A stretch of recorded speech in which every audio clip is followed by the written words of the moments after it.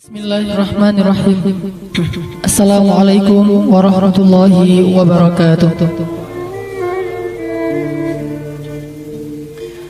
Alhamdulillah, kita bersyukur dan memuji Allah Subhanahu wa taala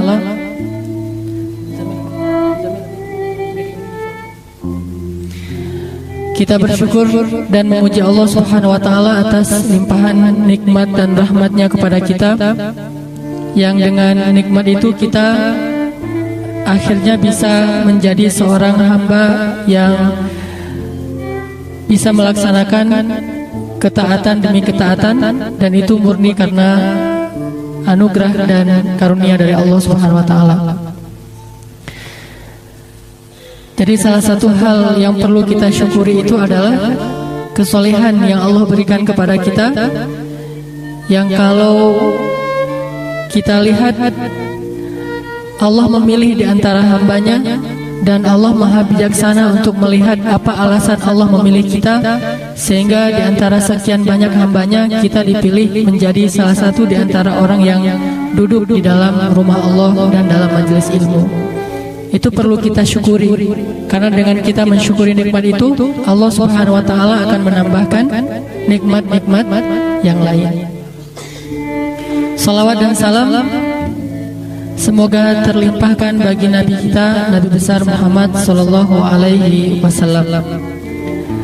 Teman-teman sekalian, para pemuda yang dimuliakan Allah Subhanahu wa taala, malam ini kita akan membahas tentang satu kata yang sangat penting, dan kata inilah yang membedakan orang yang besar dan orang yang kerdil. Kata inilah yang menjadikan seseorang itu agung, bahkan dikenal oleh generasi sebelum mereka dan setelah mereka.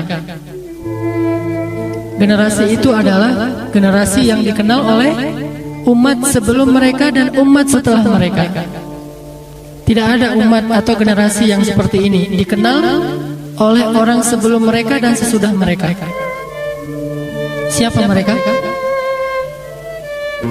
Para sahabat. Para sahabat ini dikenal oleh generasi sebelum mereka dan sesudah mereka. Sehebat apapun tokoh dunia, biasanya dikenal oleh generasi setelahnya. Makin hebat, makin lama dikenang namanya. Mungkin ribuan tahun. Tapi sahabat bukan lintas zaman ke depan, tapi bahkan lintas zaman ke belakang. Kisah mereka telah dibaca oleh umat-umat sebelumnya di dalam kitab-kitab suci mereka, Taurat dan Injil, ribuan tahun sebelum para sahabat ini ada di muka bumi. Makanya Allah mengumpamakan mereka di dalam surat Al-Fat ayat terakhir, "Dzalika mathaluhum fit Taurah wa mathaluhum fil Injil." Itulah perumpamaan tentang mereka di dalam At-Taurah, dan itulah perumpamaan mereka di dalam Injil. Artinya umat Nabi Musa, Nabi Yusha, nabi-nabi setelahnya yang membaca kitab Taurat sampai Nabi Zakaria dan Yahya, kalau mereka sholat lalu mereka membaca Taurat, di dalamnya ada ayat tentang sahabat. Mereka sholat dengan membaca ayat tentang sahabat. Padahal jangankan sahabat, nenek moyang sahabat juga belum lahir. Ribuan tahun sebelum mereka muncul, tetapi kisah mereka telah dibaca di dalam kitab suci Taurat, kemudian Injil, dua kitab suci yang luar biasa. Lalu setelahnya dalam buku-buku sejarah sampai kepada kita hari ini. Itulah yang membedakan mereka dengan generasi yang lain. Apa bedanya? Himmah. Yang membedakan orang yang besar, generasi yang agung, dengan generasi yang lemah adalah himmahnya, bukan kesempatannya. Himmahnya bukan di mana dia tinggal, bukan berapa usia yang diberikan kepadanya, bukan fasilitas hidup apa yang dia dapatkan dari Allah, tetapi yang membedakan seseorang itu sukses dan tidak, seseorang itu besar dan kecil, seseorang itu menyejarah atau bahkan dilupakan sejak dia menutup mata, yang membedakan dia dengan yang lainnya adalah himmah. Makanya pada malam ini kita akan membahas tentang ini, dan ini adalah materi yang sangat cocok untuk anak muda. Kenapa? Karena himmah itu adalah ciri khasnya syabab, ciri khasnya anak muda. Tidak disebut anak muda dalam Islam syabab atau disebut dengan rijal kalau dia nggak punya himmah. Sehingga anak muda kalau nggak ngerti himmah, kayaknya belum sempurna jadi anak muda. Ini materi wajib untuk anak muda. Kita harus paham tentang materi kata himmah ini. Himmah inilah yang menjadikan seorang laki-laki di zaman sahabat seolah-olah bagi kita adalah hayalan. Kayaknya nggak ada manusia kayak gitu. Himmah inilah yang menjadikan seorang perempuan di zaman sahabat, menurut kita kayaknya itu bidadari yang hanya ada dalam kisah-kisah dongeng. Tidak mungkin ada di muka bumi. Kalau ada lagu bidadari yang apa? Jatuh dari genteng apa? Dari surga, itu kan cuma syair. Tapi ini kenyataan dengan kesolehannya, dengan ketawaduannya, dengan akhlaknya, dengan ibadahnya yang luar biasa, dengan karya-karyanya yang agung. Kalau kita membaca kisah kota Madinah, kota kecil dengan masyarakat yang cuma sedikit, dengan bangunannya yang paling tinggi bangunan di sana hanya 2 lantai, tapi menguasai lebih dari sepertiga dunia, itu kayak sesuatu yang hanya kisah-kisah dongeng semata. Apalagi kalau kita membaca kota Baghdad di zaman Harun al-Rashid, di mana ilmu luar biasa, seorang laki-laki itu ahli fisika, ahli matematika, ahli kimia, hafal Al-Quran, hafal hadis, mengerti ilmu akidah, satu orang tapi mengerti banyak hal, seolah-olah ini sesuatu yang hanya ada dalam khayalan dan dongeng. Kalau kita mendengar kisah seorang anak muda usia 17 tahun hafal 70.000 hadis, 17 tahun hafal 70.000 hadis, dan satu hadis itu dia bukan cuma ngafal teksnya, tapi dia juga ngafal riwayatnya, nama-nama yang sangat rumit. Bukan hanya nama-namanya, tapi dia kenal setiap nama itu dengan kelebihan dan kekurangannya. Oh, fulan ini cacat dalam masalah hafalan. Oh, fulan ini hidupnya di zaman sekian, dia ketemu dengan si fulan. Sehingga kalau ada orang yang mengganti nama itu, A menjadi C, sehingga si B ini dibuang, dia tahu bahwa ada yang terbuang dalam runtutan nama riwayat. Dan itu jumlahnya 70.000 hadis di usia 17 tahun. Seolah-olah ini hanya hayalan saja. Apa yang membedakan mereka dengan kita? Bukan kesempatan, bukan hidup di masa yang dekat dengan masa Rasul, bukan fasilitas hidup. Bahkan kalau kita bandingkan, kita jauh lebih nyaman dengan era media sosial sekarang. Belajar ilmu itu jauh lebih nyaman dan lebih cepat aksesnya daripada di zaman mereka. Menemui seorang ulama di zaman sekarang itu tinggal klik. Kita mau dengar ceramah seorang ustadz itu tinggal klik tombol. Kalau di zaman dulu itu harus memecut onta dulu, terus jalannya sekitar berminggu-minggu atau berbulan-bulan hanya untuk menemukan satu hadis, hanya untuk menemukan satu ayat Al-Quran dengan tafsirnya. Mereka melintasi waktu berbulan-bulan lamanya. Tetapi dengan kondisi yang seperti itu, kenapa ada orang di antara mereka yang hanya usia 17 tahun sudah menghafal 70.000 hadis? Ini bedanya soal himmah. Jadi bukan alasan mereka mah generasi sahabat. Kalau gitu lupakan generasi sahabat. Ayo kita bahas generasi tabi'in. Generasi kedua yang tidak ketemu dengan Rasul, kita bilang wah itu mah orang Arab. Kalau gitu lupakan orang Arab. Ayo kita bahas yang bukan Arab. Tersebutlah nama Al-Bukhari, Ibnu Mubarak, Muslim, Ahmad bin Hanbal, dan banyak lagi nama-nama yang lain. Itu mah dulu kisah yang udah lama, udah nggak ada lagi sekarang. Kalau gitu lupakan kisah masa lalu. Sekarang lihat yang masih ada di muka bumi. Tersebutlah nama seorang anak kecil di Mesir, Syarif Sayyid, yang usia 7 tahun sudah menghafal Al-Quran, sudah menghafal 11.000 hadis, dan dia menghafal 11.000 hadis hanya dalam waktu 10 hari saja. Sehari hafalnya 1.100 hadis. Apa yang membedakan mereka dengan kita? Yang membedakan Syarif Sayyid dengan saya dan kita semuanya himmah, bukan kesempatan. Dan pasti sebagian kita tahu cerita seorang anak yang nggak punya penglihatan. Orang yang tunanetra, buta, tetapi dia bisa menghafal Al-Quran di usia masih di bawah 10 tahun. Atau Ustadz Yusuf Mansur pernah mendatangkan seorang bintang tamu yang cacat, gak punya tangan, gak punya kaki, tapi udah belasan tahun gak pernah tinggal sholat jamaah di masjid shaf pertama. Apa yang membedakan dia dengan kita? Himmah, bukan fasilitas yang dia miliki. Kenyataannya kita jauh lebih terfasilitasi daripada dia. Dengan tangan kita, kaki kita, jarak masjid kita yang cuma di depan rumah kita. Apa yang membedakan mereka dengan kita? Himmah. Maka kita wajib belajar tentang ini, sehingga dengan semangat anak muda, kalau tidak diarahkan kepada himmah yang aliyah, yang benar, yang sejati, maka kekuatan yang kita miliki di masa muda ini hanya akan berlalu dengan sia-sia. Mumpung masih muda, masih di bawah umur 40 tahun. Saya nggak mau tanya siapa yang udah di atas 40 tahun. Susah kan angkat tangannya? Yang di bawah 40 tahun. Saya duluan angkat tangan. Sedikit sekali nih di bawah 40 tahun. Masya Allah, hampir semuanya di bawah 40 tahun. Pak Alri di bawah 40 tahun, semangatnya. Himmahnya di bawah 40 tahun. Jadi artinya adalah kita ini syabab, dan salah satu ciri khas syabab, pemuda dalam Islam itu adalah himmah. Apa yang membedakan seorang anak di zaman sahabat menangis karena nggak bisa ikut berjihad, lalu dia menghadang Nabi di gerbang kota Madinah? Ketika pasukan Nabi lewat di gerbang itu, dia dengan beberapa orang anak kecil udah berdiri gagah, bawa pedang, bahkan pedang itu lebih gede dari dia. Nah, dia bawa pedang di atas pundaknya, dia berdiri, "Ya Rasulullah, jangan halangi kami dari surga Allah," kata mereka. "Apa maksud kalian?" "Ya Rasulullah, izinkan kami untuk berangkat, izinkan kami menyertaimu, membela engkau dengan nyawa dan darah kami. Kalian belum cukup umur, pulanglah kalian." "Ya Rasulullah, walaupun badan saya kecil," ini mah bahasa agak didramatisir ya, tapi sebetulnya mirip-mirip kayak gitu tuh.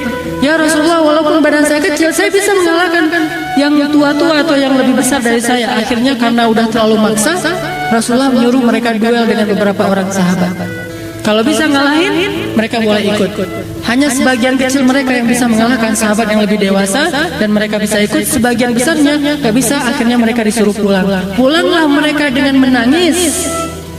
Menangisnya kayak gimana? Kayak menangis anak kita sekarang yang gak dibeliin es krim, coba gimana? Atau gak boleh main game, gamenya diambil, disita, PlayStation-nya tuh ditutup oleh orang tuanya. Sekarang waktunya belajar, gak boleh nangis. Kayak gitulah nangisnya syabab atau bahkan wilman di masa para sahabat, karena tidak boleh ikut membela agama. Apa yang membedakan dia dengan kita? Himmah. Sehingga kita sekarang bahas tentang materi himmah. Sebelum kita bahas lebih lanjut tentang himmah, kita coba tilawah dulu mengawali halaqah ini. Mudah-mudahan Allah berikan kita ilmu yang bermanfaat. Silahkan buka surat Ali Imran. Surat Ali Imran ayat 145.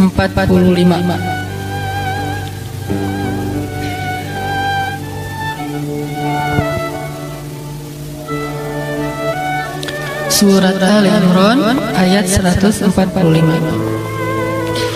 A'udzu billahi minasy syaithanir rajim.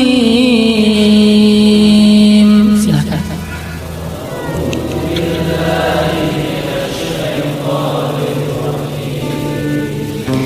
Bismillahirrahmanirrahim.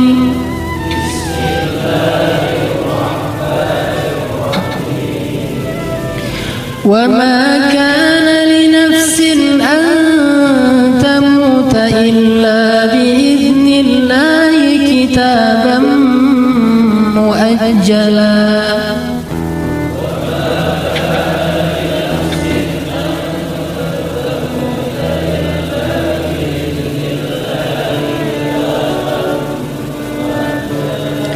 Wa man yurid thawabad dunya nu'tihi minha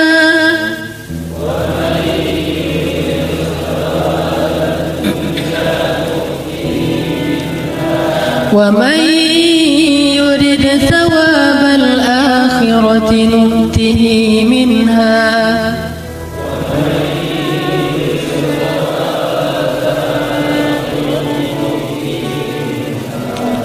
وسنجزي الشاكرين.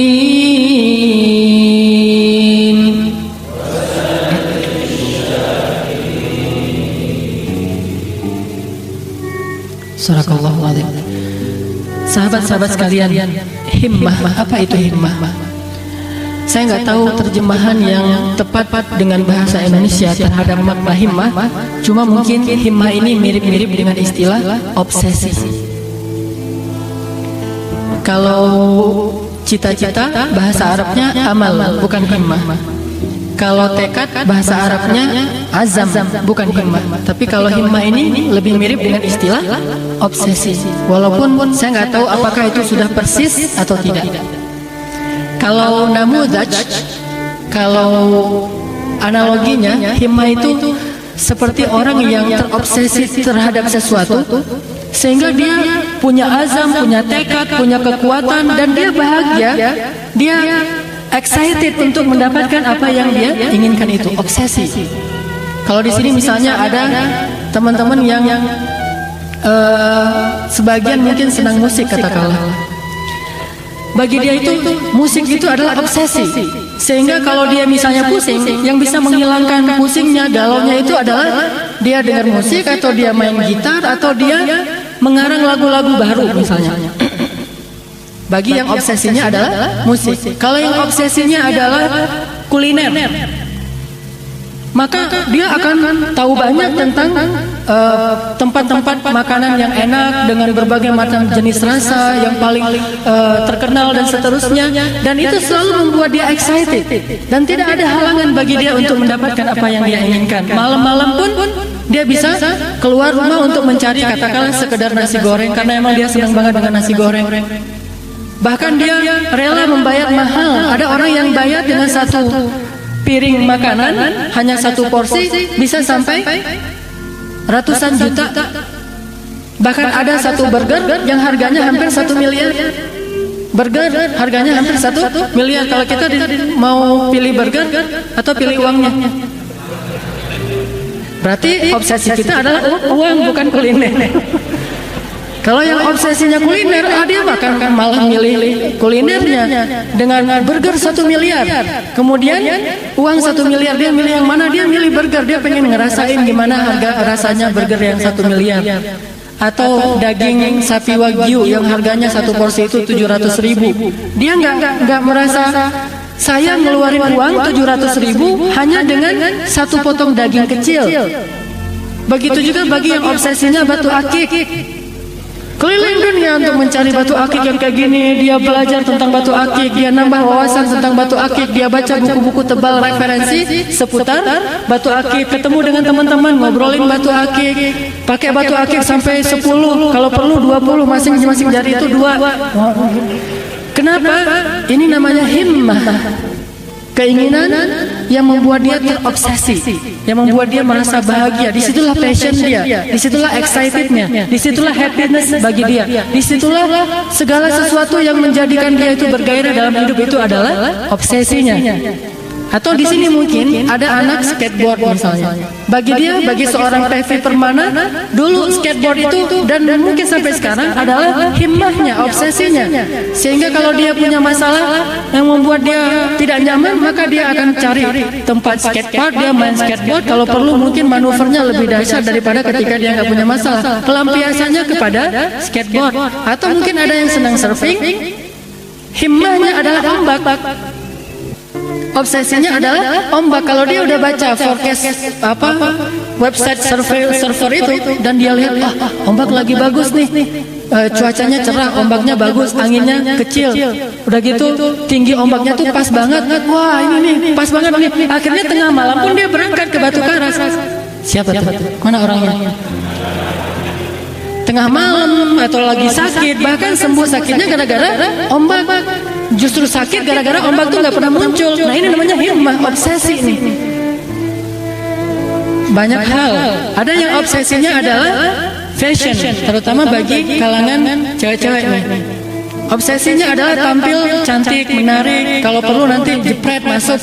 Jadi kalau nggak bisa masuk ke media apa yang memang media kayak koran dan seterusnya, dia masukin sendiri ke media sosial dia sendiri. Masuk ke Facebook, kalau kita buka Facebooknya tuh penuh banget tuh. Foto setiap hari tuh ada foto baru, update. Kalau perlu bukan setiap hari, sehari 5 kali kayak orang sholat, foto baru. Statusnya, kemudian DP-nya, foto, ada yang gaya Korea-Koreaan, ada yang gaya genit-genitan, ada yang gaya, pokoknya setiap satu warna jilbab satu kali jepret, atau bahkan berkali-kali jepret. Kenapa? Obsesinya mungkin adalah eksis dalam bentuk menjadi selebriti di sosial media atau apapun. Ini namanya obsesi. Begitu juga dalam agama.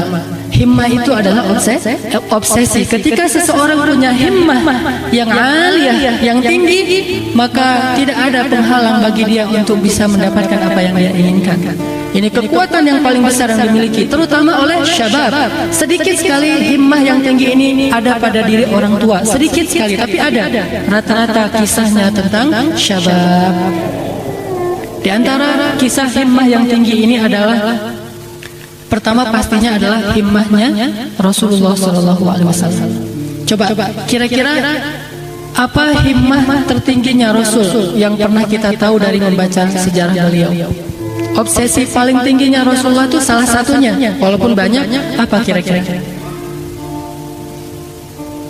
Apa yang kita tahu? Obsesi Rasulullah itu apa sih dalam tugas dakwahnya? Memurnikan tauhid. Ada lagi? Obsesi Rasul, kalau kita baca dalam ayat-ayat Al-Quran, yang paling luar biasa membuat beliau merasa sedih kalau nggak mendapatkannya, sangat bersemangat, nggak ada halangan. Obsesi beliau adalah hidayatun nas. Obsesi beliau bagaimana orang itu dapat hidayah. Itulah obsesi Rasul. Gimana caranya orang itu dapat hidayah, itu obsesi besarnya Rasul. Sehingga untuk bisa mendapatkan apa yang beliau inginkan ini, obsesi ini, tidak ada yang bisa menghalangi beliau. Tidak ada yang lebih menarik bagi beliau daripada obsesi ini. Datanglah Walid Al-Mughirah kepada Rasulullah, bilang, "Ya Muhammad, berhentilah berdakwah, berhentilah menyebarkan agama ini, berhentilah menyebarkan ajaran ini. Kalau kamu mau berhenti, maka kamu minta apa? Kalau kamu minta harta, kami kumpulkan semua harta kami untukmu, dan engkau menjadi orang yang paling kaya di kota Makkah. Atau kamu minta apa? Jabatan? Maka kami semuanya sepakat untuk menjadikan engkau raja di Mekah." Jadi Nabi itu ditawarkan menjadi raja di Mekah, tapi dengan satu syarat. Syaratnya adalah beliau harus berhenti dengan obsesinya, yaitu dakwah untuk membawa hidayah kepada manusia. Kalau bukan karena itu, maka beliau akan terima semuanya dan akan dipakai untuk kepentingan dakwah. Jangan pakai hadis ini, cerita ini untuk menolak kekuasaan. Ini salah persepsinya nih. Rasul aja nolak kekuasaan, dikasih kerajaan, tapi beliau tolak. Salah, karena syaratnya berhenti berdakwah. Tapi kalau kekuasaan justru bisa membuat dakwah itu jauh lebih efektif, maka kenapa tidak? Bukankah Nabi Yusuf meminta kekuasaan? Ini persepsi yang syumul. Jadi nggak boleh kekuasaan itu haram, politik itu haram, menjadi seorang penguasa itu nggak boleh dalam Islam. Kenapa? Rasul menolak kerajaan atau kekuasaan ketika ditawarkan oleh Walid Al-Mughirah. Tahukah kita kenapa beliau menolak? Karena syaratnya harus berhenti berdakwah. Kalau itu syaratnya, jangankan kekuasaan, semua dunia, matahari dan bulan pun diambil dari beliau, tidak mengapa, yang penting tidak berhenti berdakwah. Yang ketiga kata Walid, atau engkau menginginkan perempuan yang cantik, istri yang cantik, kami akan cari perempuan yang paling cantik di antara orang-orang Quraisy. Lalu engkau pilih salah satu di antara mereka yang engkau inginkan, atau semuanya yang engkau inginkan untuk menjadi istrimu. Apa kata Nabi? Demi Allah, seandainya matahari diletakkan di tangan kananku dan bulan di tangan kiriku, sehingga aku harus berhenti untuk menyebarkan agama ini, walaupun sejengkal saja, maka aku tidak akan berhenti. Ini namanya himmah, hidayatun nas. Datang lagi, Walid tidak berhasil. Datang yang lainnya. Datang yang lainnya bilang, "Ya Muhammad, udah gini aja deh, kita ambil jalan tengah." Nabi udah nolak kekuasaan, nolak harta, nolak wanita. Terus apalagi sekarang negonya yang kedua, bilangnya gini, "Ya Muhammad, oke lah, kamu silahkan menyebarkan agama kamu, tetapi jangan juga kamu menghina Tuhan-Tuhan kami, menghapus agama kami, sehingga kita ambil jalan tengah aja. Apa jalan tengahnya? Sehari kita beribadah menyembah Tuhanmu Allah, sehari lagi kita beribadah menyembah Tuhan kami. Sehingga kan adil. Turun ayat, Qul ya ayyuhal kafirun la a'budu ma ta'budun wa la antum 'abiduna ma a'bud. Ujungnya lakum dinukum waliyadin. Nabi baca ayat itu nangis nih, utusan orang Quraisy. Dengar ayat itu nangis. Seperti orang kena sihir, dia pulang dalam keadaan masih berkaca-kaca matanya. Terus orang-orang bertanya, apa yang terjadi padamu? Sungguh dia membacakan ayat yang membuat saya nggak tahan, dan dia itu benar. Tapi kenapa nggak beriman? Karena mereka gengsi, mereka sombong. Dan Nabi tidak sama sekali mau meninggalkan tugas dakwah. Dan itu asbabun nuzul dari Qul ya ayyuhal kafirun. Jangan pakai lakum dinukum waliyadin dalam urusan muamalah, salah. Lakum dinukum waliyadin dalam urusan pakaian. Kalian dengan cara pakaian kalian, kami dengan cara pakaian kami. Pakaian kami adalah jubah, pakaian kalian adalah jeans. Saya sekarang pakai jeans. Ternyata itu bukan ayat tentang muamalah, ayat ibadah. Gak boleh kita sehari menyembah berhala, sehari menyembah Allah dalam urusan ibadah. Saklek. Dalam urusan akidah sudah jelas. Akidah itu hanif, ibadah itu dengan ittiba Rasul. Tapi muamalah itu sangat luas. Muamalah itu seni akhlak. Makanya Nabi kalau disuruh berhenti dengan syarat masalah ibadahnya harus melunak sedikit, Nabi tidak mau melunak dalam urusan ibadah, tidak mau melunak dalam urusan akidah, tapi begitu lunaknya dalam urusan muamalah. Ini baru namanya ideal. Kalau kita keras di semua hal, tapi untuk orang lain, untuk diri kita, saya mah apa atuh gitu ya. Jadi banyak alasan untuk dirinya. Kalau untuk orang lain harusnya. Kita coba seimbangkan. Muamalah lunak sekali, toleran sekali. Akidah dan ibadah kita coba untuk benar-benar menjaganya sebagaimana diajarkan oleh Allah dan Rasul.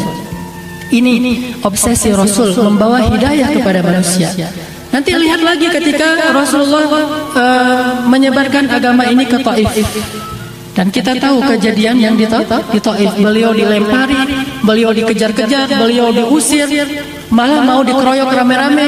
Dan yang paling membuat beliau sedih luar biasa itu karena beliau diperlakukan seperti orang yang sangat hina. Yang melempari beliau itu anak kecil dan perempuan dan para budak. Kalau yang melemparinya itu prajurit, itu mulia, ada kemuliaan diri. Tapi kalau yang melemparinya budak, perempuan dan para anak kecil, ini penghinaan yang berat sekali. Sehingga Nabi itu kayak maling dikejar rame-rame. Coba bayangin, seorang yang paling mulia seperti Rasulullah, anak keturunan yang sangat murni keturunannya, orang yang secara fisiknya juga sangat sempurna. Orang yang kayak gini dari Quraisy juga kalangan yang paling terhormat, tiba-tiba dikejar-kejar oleh perempuan, dimaki-maki oleh perempuan, dikejar sama anak kayak orang ngejar orang gila. Terus para budak juga semuanya membawa pentungan pengen mukul Rasul, sehingga Rasul keluar masuk kebun-kebun kurma, lari menghindari mereka karena dakwah. Lalu ketika Rasulullah sudah selamat dari kejaran mereka di daerah Nakhlah, Nabi curhat kepada Allah. Nabi bilang, ya Allah, Engkau lihat bagaimana hari ini aku diperlakukan, masih keluar darah di pelipis beliau hasil lemparan batu anak-anak Taif. Tapi apapun yang terjadi padaku tidak mengapa ya Allah, asalkan Engkau ridho kepadaku. Ini himmah. Tidak ada yang bisa menghalanginya, yang menurunkan semangatnya. Karena himmah. Tiba-tiba malaikat gunung marah. Malaikat gunung aja marah dan meminta izin untuk mengangkat gunung itu lalu menimpakan kepada penduduk Taif. Lihat himmah. Apa kata Rasul? Jangan. Aku berharap anak cucu mereka yang akan mendapatkan hidayah dan menerima Islam ini. Ini namanya himmah. Jadi enggak marah beliau kepada penduduk Taif karena obsesi beliau itu bukanlah menaklukkan manusia. Jadi keliru istilah penaklukan dalam Islam. Islam tidak menaklukkan siapa-siapa. Bukan Muhammad sang penakluk, tetapi Islam membebaskan manusia dari perbudakan hawa nafsu dan syaitan. Jadi walaupun beliau disakiti karena himmahnya, obsesinya adalah memberi hidayah, maka tidak masalah bagi beliau. Kalau ini bisa jadi himmah anak muda, maka kita akan berakhlak mulia, akan sabar, akan berkarya, akan lebih cerdas, akan luar biasa. Hasil-hasil kerja kita bersemangat luar biasa karena kita punya himmah yang tinggi. Dan apa yang tadi saya sebutkan itu contoh-contoh himmah yang tinggi, bukan himmah yang rendah. Insya Allah nanti kita akan bahas lagi kisah-kisah inspiring yang lain, insya Allah setelah sholat Isya. Bismillahirrahmanirrahim. Sahabat-sahabat sekalian, kalau kita membaca sirah Nabi, kemudian sirah hayatus sahabah, kehidupan para sahabat, lalu kita membaca kisah-kisah orang-orang soleh dan raja-raja yang hebat dalam sejarah Islam, satu hal yang membuat mereka sama antara satu kisah dengan kisah yang lain, bahwa di setiap kisah mereka kita akan menemukan pelajaran tentang himmah. Kisah mereka selalu diwarnai dengan himmah yang luar biasa. Itulah yang membuat kisah ini menarik. Kalau kita nonton film Umar yang dibuat di Qatar itu dengan 27 episode, 27 episode itu nggak cukup menceritakan Umar doang, tuh belum cukup. Sehingga kesannya di film itu sahabat-sahabat lain itu nggak terlalu muncul, karena emang kalau mau dimunculkan satu persatu itu butuh ribuan episode. Semuanya menakjubkan, semuanya kalau kata Nabi itu adalah bintang gemintang, bintang semuanya tuh. Orang-orang yang hebat, kualitas mereka hampir seperti kualitas, bahkan sebagian udah seperti kualitas para nabi. Hanya bedanya tidak diturunkan wahyu kepadanya. Kualitasnya kualitas para nabi. Seperti Abu Bakar, bahwa Abu Bakar itu seperti Ibrahim. Kemudian Umar seperti Nuh. Kemudian Utsman seperti Rasulullah. Kemudian Ali seperti Harun, seperti Yahya. Banyak lagi malah kalau Ali. Kemudian Abdurrahman bin Auf seperti Sulaiman, dan banyak lagi yang lain. Intinya kualitas mereka itu kualitas Nabi, tapi berkumpul di satu zaman. Coba bagaimana tuh? Nabi kan beda-beda zaman, bedanya bahkan ratusan sampai ribuan tahun satu Nabi dengan Nabi yang lain. Kalaupun berkumpul, paling banyak 3 Nabi di surat Yasin. Paling banyak berkumpul sekaligus 3 Nabi. Ini ratusan Nabi di satu zaman. Coba gimana? Maka nggak ada film yang cukup untuk menjelaskan betapa menakjubkan hidup mereka, kecuali memang kita harus baca sejarah mereka yang berjilid-jilid buku yang tebal, dan di situ nanti kita akan temukan satu hal yang menarik antara mereka dengan yang lain, bahwa mereka semuanya punya himmah. Itulah yang membedakan mereka dengan kita. Termasuk kisah Rasulullah, salah satu yang luar biasa dari Rasulullah ini, himmah tinggi beliau, obsesi terbesar beliau adalah ingin hidayatun nas, semua orang itu dapat hidayah. Sehingga kalau Nabi ngelihat ada orang meninggal dan belum masuk Islam, Nabi menangis. Ini obsesi yang luar biasa mulia. Beliau ingin semua orang masuk surga, semua orang dapat hidayah, semua orang dapat ampunan dari Allah, sejahat apapun orang itu. Sehingga ketika beliau sedang duduk bersama sahabat, lewatlah iring-iringan jenazah. Lalu Nabi bertanya, jenazah siapa itu? Kok aku tidak diberitahu? Kata sahabat, itu jenazah orang Yahudi. Sehingga tidak diberitahu kepada Rasulullah untuk mensolati dan seterusnya. Lalu Nabi menitikkan air mata. Sahabat bertanya, ma yubkika ya Rasulullah? Kenapa engkau menangis ya Rasulullah? Ya Allah, maafkan saya, belum sempat mengajarkan dia Islam sehingga dia mati sebelum dapat hidayah. Ini obsesi, ini himmahnya Rasulullah SAW. Sampai membuat beliau nggak bisa tidur karenanya, membuat beliau sedih karenanya, membuat beliau tahajud dan terus mendoakan umatnya karena obsesi ini, himmah yang aliyah, yang sangat tinggi. Salah satu ayat yang membahas tentang ini di antara sekian banyak ayat, coba kita buka surat Al-Kahfi. Di situ dijelaskan banget bagaimana Nabi sangat terobsesi dengan dakwah ini. Surat 18 ayat ke-6. Surat 18 ayat 6. Surat Al-Kahfi.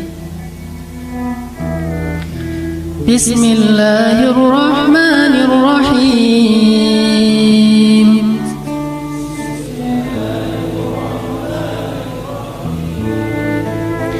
فَلَعَلَّكَ بَاخِعٌ نَفْسَكَ عَلَى آثَارِهِمْ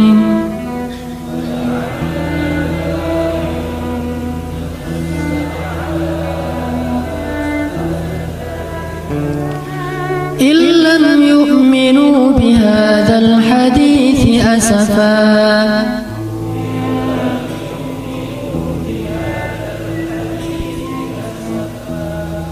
Maka hampir saja kamu mencelakai dirimu sendiri karena bersedih hati setelah mereka berpaling karena mereka tidak beriman kepada keterangan Al-Quran ini. Coba, kalau dakwah beliau tidak diterima, beliau bukan marah kepada mereka, beliau malah bakhi'un nafsak, menyalahkan diri sendiri sampai hampir seperti orang yang mencelakai diri sendiri. Coba gimana? Jadi ketika dakwahnya itu tidak diterima oleh orang banyak, yang disalahin bukan merekanya, diri beliau. Apa yang gimana nih? Kok saya masih belum bisa menjelaskan dengan baik? Ya Allah, maafkan saya. Ini saya nih yang masih kurang baik. Saya nih yang belum benar dalam ucapan. Saya nih mungkin kurang lemah lembut dan seterusnya. Sampai beliau saking seringnya menyalahkan diri sendiri, fala'allaka baqi'un nafsak, hampir aja mencelakai dirinya sendiri. Ini luar biasa himmahnya. Kita baru dakwah sehari dua hari, orang menolak, kita bilang itu orang udah tertutup hatinya. Itu orang jahil dan seterusnya. Harusnya kita ngelihat kepada diri kita. Jamaah kita juga demikian. Ketika jamaah dakwah kita ini mulai bergerak dalam dakwah, lalu orang tidak menerimanya, jangan buru-buru untuk menyalahkan mereka. Biar Allah saja yang akan menghakimi antara kita dengan mereka di hari akhirat. Sekarang bukan hari penghakiman, sekarang hari untuk ikhtiar dalam dakwah dan hidayah. Hari penghakiman nanti di akhirat di padang mahsyar. Maka sekarang kita coba introspeksi diri, apa yang kurang dari strategi dakwah kita, apa yang masih belum benar dalam manhaj dakwah kita. Mungkin kita masih kurang sabar atau apa, ini yang harus kita terus gali sehingga kita nanti perbaiki diri, balik lagi ke mereka. Sampai nggak bisa tidur, ini programnya gimana lagi nih biar dakwah ini diterima orang. Bukan pengen eksis supaya kita hebat, supaya hidayah ini sampai kepada setiap hati manusia, sampai buat kita nggak bisa tidur. Itu namanya obsesi yang aliyah, obsesi yang tinggi dan dimuliakan Allah, namanya himmah. Nabi sampai kayak gitu. Beliau nangis ketika ditanya, kenapa engkau nangis ya Rasul? Karena fulan belum menerima dakwah saya. Beliau bersedih dan beliau tidak ingin mendoakan kecelakaan bagi mereka. Itu sifat para nabi. Jangan buru-buru baca akhir dari surat An-Nuh. Surat Nuh, baca dulu awal dan tengahnya. Kadang-kadang kita baca surat Nuh, fokusnya di akhir. Apa di akhir doa Nabi, ya Allah hancurkanlah orang kafir sehancur-hancurnya, jangan biarkan mereka tinggal di muka bumi karena mereka hanya akan berbuat kerusakan. Itu kan akhir dari surat Nuh. Dan tahukah kita jarak dari ayat pertama sampai ayat terakhir surat Nuh? 950 tahun. Udah berapa ratus tahun kita berdakwah untuk sampai ke akhir surat Nuh. Ini membaca surat yang pendek, lalu kita reduksi semua durasi waktunya menjadi hanya dalam hitungan jam. Padahal jarak ayat pertama dengan ayat terakhir itu 950 tahun. Nah, lihatlah ayat pertama dan pertengahan bagaimana sikap Nuh. Ya qaumi, wahai kaumku. Dulu saya pernah bahas, kenapa pakai bahasa kaumku? Karena beliau ingin dekat dengan kaumnya, tidak menyebut wahai manusia, wahai hamba Allah, tapi ya qaumi, wahai kaumku. Jadi beliau blending dengan mereka, beliau terlibat dengan mereka, beliau masuk ke kalangan mereka, turun-turun ke jalan-jalan mereka. Ya qaumi, saudaraku, saudaraku dan seterusnya, kaumku. Dan itu bahasa yang sangat lembut. Beristighfar kepada Allah, Allah akan mengampuni dosa kalian, memberi kalian rezeki, air dari langit, anak yang banyak. Kan ini bahasa awal-awal dakwah. Baru setelah ditentang 950 tahun, lalu beliau diperangi, dihina, bahkan disakiti, umatnya banyak yang dibunuh.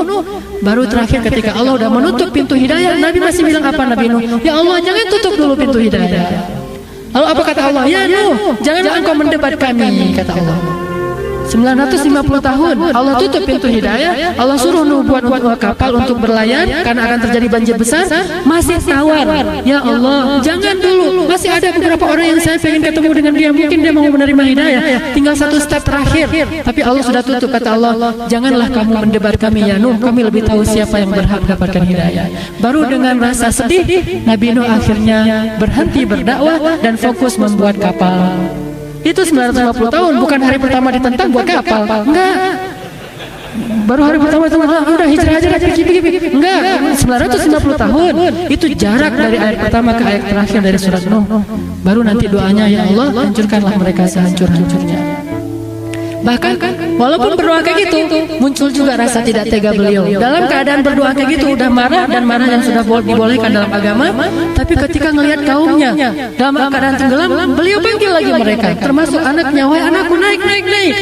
Coba, ini namanya obsesi menyebarkan hidayah para anbiya. Itulah yang membuat mereka lebih mulia di antara manusia ketimbang kita, yaitu para nabi punya himmah hidayatun nas, yang membuat mereka lebih mulia di mata Allah daripada manusia yang lain. Begitu juga dengan Zulkarnain. Kemana Zulkarnain pergi? Bukan ekspansi kekuasaan, bukan ingin menguasai negeri-negeri itu sehingga dia disebut raja yang paling agung di muka bumi. Zulkarnain the Great misalnya, Allah alam soal Alexander the Great saya nggak kenal, tapi Zulkarnain the Great bukan itu tujuannya untuk menjadi manusia yang paling mulia atau paling agung di muka bumi. Bukan. Tujuannya adalah menyebarkan hidayah ini kepada manusia lewat kekuasaan, lewat kekuasaan. Dia pergi ke suatu negeri, kemudian dia berdakwah kepada negeri itu dengan bahasa mereka. Karena Zulkarnain Allah berikan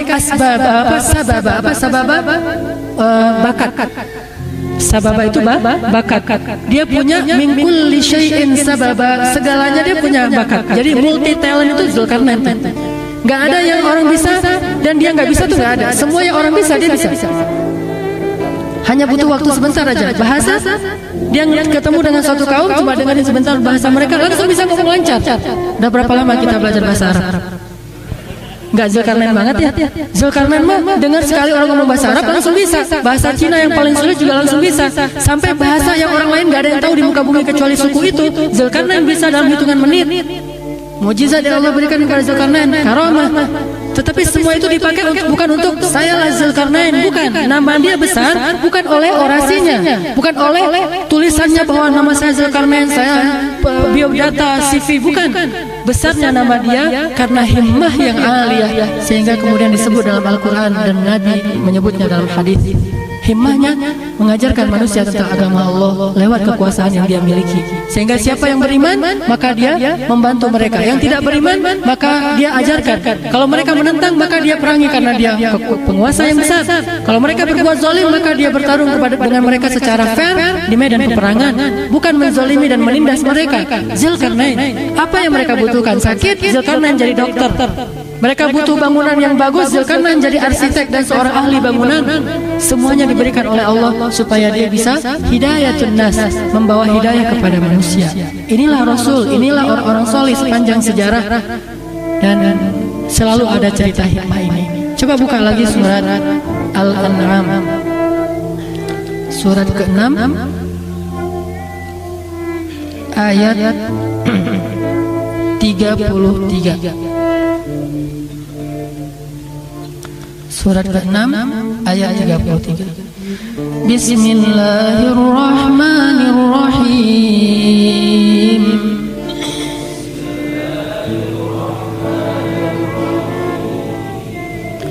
Qad na'lamu innahu la yahzunuka alladhi yaqulun.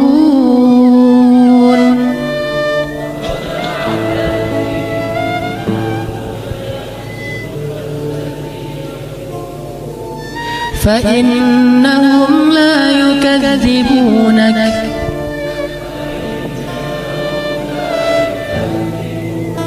ولكن الظالمين بآيات الله يجحدون.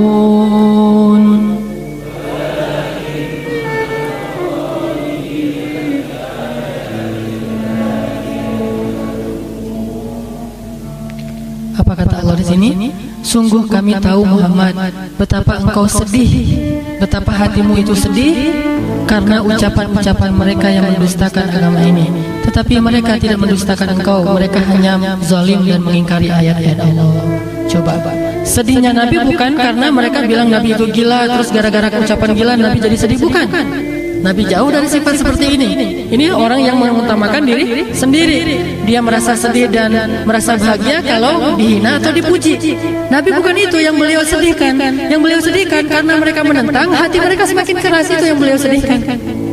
Karena mereka mengucapkan kata-kata yang tidak baik, hati mereka makin membantu dan susah dapat hidayah. Itu beliau sedih sekali. Apalagi ketika orang-orang Quraisy di awal-awal mengatakan, ya Muhammad, kalau memang ancaman yang engkau katakan itu benar ada, maka berdoalah kepada Allah untuk menurunkan kepada kami berbagai macam ancaman dari langit seperti kaum Ad dan Samud. Seandainya Nabi tidak punya obsesi hidayah kepada manusia, pasti beliau mengangkat tangannya dan langsung jatuhlah azab itu kepada kaum Quraisy. Tetapi ketika mereka menantang itu, Nabi lebih rela untuk pergi meninggalkan mereka seolah-olah kalah dalam sebuah tantangan dan debat. Pergi seperti orang yang kalah. Tapi Nabi berhati besar, dadanya jadi lapang karena beliau berharap tidak masalah. Mereka mungkin belum tahu, fa innahum la ya'lamun, beliau kembali nanti di hari yang lain. Sehingga ketika mereka melihat Nabi pergi berlalu saat ditantang, ya Muhammad, tunjukkan azab Allah kepada kami, mana neraka kepada kami, dan seterusnya, Nabi geleng-geleng kepala terus Nabi pergi. Mereka mengatakan, tuh lihat Muhammad itu pendusta, dia bohong, dia tidak bisa menunjukkan segala macam. Apa kata Umar? Wahai orang Quraisy, seandainya Nabi menuruti apa yang kalian inginkan, hancurlah kalian saat ini juga. Tetapi dia itu orang yang paling rahmah, sangat sayang kepada kalian, melebihi kasih sayang kalian kepada diri kalian sendiri, sehingga dia nggak mau mengangkat tangannya mendoakan keburukan atas kalian. Kalau didoakan habis kalian. Pernah ada yang didoakan oleh Nabi? Pernah. Siapa dia? Anaknya Abu Lahab. Itu habis tuh orang didoain sama Nabi, dan doanya tuh. Tapi kita jangan melihat adegan yang sedikit saja, harus baca yang panjang. Gimana anak Abu Lahab ini menzalimi dua putri Nabi yang kelak nanti menikah dengan Utsman bin Affan yang lebih baik. Putri Nabi itu diusir dari rumahnya anaknya Abu Lahab dalam keadaan tercela, kemudian disuruh pergi kamu pulang ke rumah orang tuamu Muhammad, karena Muhammad itu sudah menyebarkan Islam, saya nggak rela lagi jadi suami kamu hina, talak 3 dan seterusnya. Dalam keadaan sangat dihina setelah disiksa anak Nabi oleh anaknya Abu Lahab. Dalam keadaan seperti itu Nabi sedih sekali, kemudian Nabi berdoa, ya Allah, utuslah serigala-serigalamu untuk dia. Bayangin, serigala yang disuruh utus kepada anaknya Abu Lahab laki-laki ini. Lalu doa ini ternyata didengar oleh anak Abu Lahab, dan sejak saat itu dia jadi khawatir. Setiap malam dia merasa khawatir ketika ada suara serigala. Gimana suaranya? Gak usah dicontohin. Kalau ada suara serigala, jangan-jangan ini serigala yang mau diutus kepada saya. Sampai suatu saat dia bersama Abu Lahab pergi untuk musafir berdagang ke Syam. Dan Abu Lahab tahu doa Nabi, sehingga Abu Lahab sangat khawatir terhadap keselamatan putranya. Dia pakai 10 pengawal untuk menjaga putranya dari serigala. Coba bayangin, 10 pengawal yang tangguh, budak yang gagah untuk menjaga putranya agar tidak dimakan serigala sepanjang perjalanan. 10 pengawal, bodyguard dari serigala. Suatu malam ketika mereka lelah dalam perjalanan, mereka istirahat di sebuah oasis, maka anaknya Abu Lahab tidur, dan Abu Lahab memerintahkan 10 orang ini semuanya berjaga, gak ada yang boleh tidur, dan mereka mengelilingi putranya di tengah yang sedang tidur, demi supaya terselamatkan dari serigala. Akhirnya Allah Maha Kuasa atas segala sesuatu, semua pengawal itu tidur. Yang tadinya gagah-gagah ternyata enggak manfaat kegagahan itu, tidur semuanya. Kalau Allah ngasih ngantuk aja hilang gagah. Orang gagah juga bisa ngantuk. Orang gagah juga bisa tidur, orang gagah juga bisa takut dan seterusnya. Itu makhluk. Allah Maha Kuat, Azizun Hakimun. Kemudian Allah buat mereka semua tertidur. Tiba-tiba serigala datang, mengendus, dan tidak memakan satupun di antara orang yang ada di dalam kafilah itu, kecuali anak Abu Lahab. Tidak ada yang tersisa kecuali pakaiannya. Habis. Kalau Nabi berdoa, habislah orang Quraisy. Tetapi kenapa Nabi tidak mengangkat tangan dan mendoakan semua mereka? Kenapa anak Abu Lahab didoakan setelah berkali-kali menyakiti keluarga Nabi? Dan ini perempuan, Nabi nggak main-main kalau perempuan sudah disakiti. Seperti orang Bani Quraidah yang menyakiti seorang perempuan muslimah, lalu mereka diusir dari Madinah oleh Rasulullah, dan 300 laki-laki mereka dibunuh kan? Kenapa? Karena udah menyangkut dengan kehormatan perempuan. Nabi sangat menghormati perempuan. Ada seorang muslimah belanja di pasar Yahudi. Namanya Yahudi kan suka iseng. Jadi acara-acara iseng itu berasal dari Yahudi, kemudian jadi acara TV kita, ngisengin orang di jalan. Emang itu kebiasaan Yahudi, dan di negara-negara Eropa yang banyak Yahudi, acara kayak gitu tuh ratingnya tinggi, gayanya orang Yahudi, apalagi yang dikerjain perempuan. Saya ngebayangin aja kalau yang di TV itu misalnya kejadian pada istri saya, apa saya nggak marah tuh? Diisengin di jalan, di mall, di lift dan seterusnya. Ini kerjanya orang Yahudi di masa Rasul. Perempuan muslimah muhajjabah, menutup auratnya dengan baik, pemalu, menjaga kehormatan, membeli di pasarnya Yahudi. Pasar Yahudi itu khusus. Datanglah beberapa pemuda Yahudi iseng kepada dia, diikat roknya di bawah dengan tali, kemudian tali itu diikat ke atas ke sebuah dahan, sehingga kalau muslimah ini jalan kesingkaplah auratnya di bawah. Ini hina sekali perlakuan mereka. Perempuan ini tidak tahu namanya orang di pasar rame-rame gitu, diikat, terus pas dia jalan kelihatan mereka tertawa, lihat dan seterusnya. Kan tugas kerjaan mereka kan suka kayak pembahasan sebelumnya kan, buat orang greget gitu ya. Akhirnya ada seorang laki-laki pemuda muslim di situ melihat, langsung dipotong tali itu supaya perempuan ini tidak malu. Kemudian dia marahi laki-laki Yahudi, sekelompok anak muda Yahudi. Mereka ngeroyok dia sehingga laki-laki ini meninggal dunia, dibunuh. Udah menghina perempuan Islam, kemudian membunuh laki-laki pemuda Islam. Akhirnya Nabi pun mengatakan, kalau sudah begini terputuslah perjanjian antara kita dengan mereka. Selama ini Nabi jaga banget perjanjian, gak pernah nyakitin orang Yahudi. Satu hal pun yang paling kecil sekalipun gak mau. Tapi ketika udah kayak gini, kenanya perempuan Islam, langsung Nabi datang ke benteng Yahudi. Lalu Nabi menuntut pemuda-pemuda tadi untuk diserahkan kepada Nabi dan dihukum dengan hukuman yang berat.